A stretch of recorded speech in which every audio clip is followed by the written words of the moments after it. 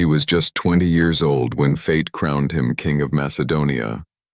A boy standing in the shadow of a mighty father, suddenly thrust into power.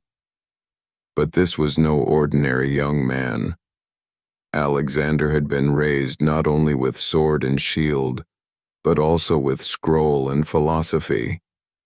His eyes burned with ambition, and his heart beat for conquest. As he stood before his people, newly crowned, few could imagine that within just over a decade, this boy king would become the greatest military commander in history.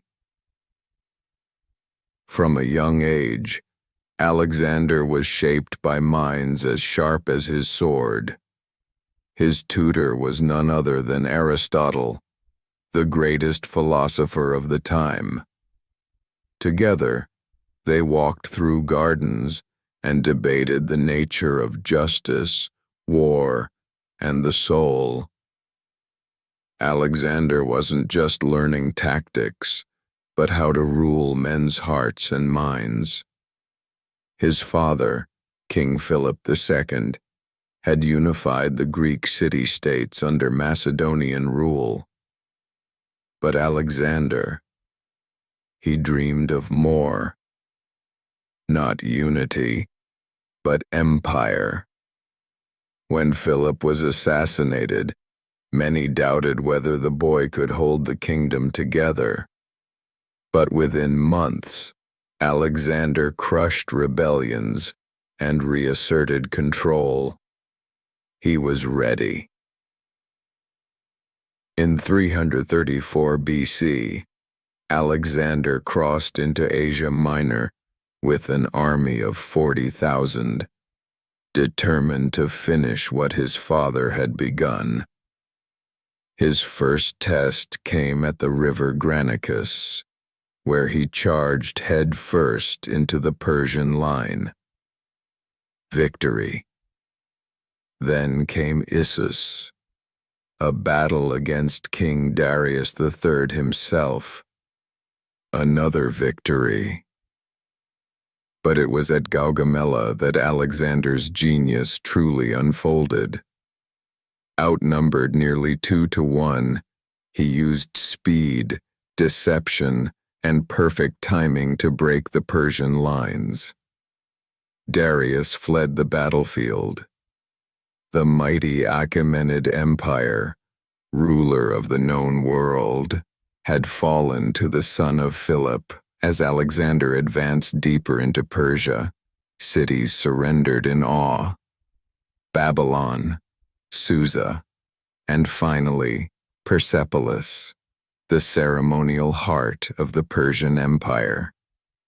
At a drunken feast, as flames flickered and music played, Alexander ordered the city burned.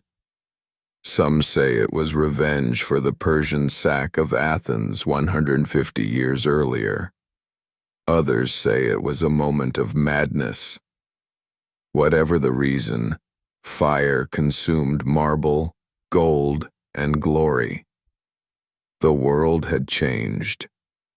Persia was no more, and Alexander stood as master of the East. Not satisfied with Persia, Alexander marched further, into lands unknown, into India. Through forests and rivers, facing elephants and unfamiliar gods, he conquered city after city. At the Battle of the Hydaspes, he faced King Porus, and despite fierce resistance, claimed yet another victory. But his men, tired and homesick, began to break. They had marched over 17,000 kilometers. The blazing heat, deadly monsoons, and foreign lands had worn them thin.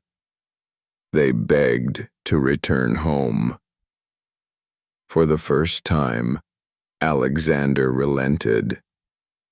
He turned back, not in defeat, but in recognition of human limits. In Babylon, preparing new campaigns, Alexander fell ill. Some say poison, others fever.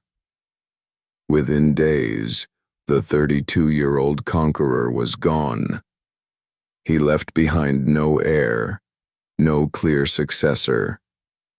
His generals, the Diadochi, divided the empire, leading to decades of chaos and war. Yet Alexander's dream lived on. Cities he founded, like Alexandria, became centers of knowledge and culture. His battles are still studied, his image carved in stone, his name whispered by emperors for centuries. Alexander didn't just conquer land. He connected worlds, east and west, myth and memory. He wasn't just a king, he became a legend.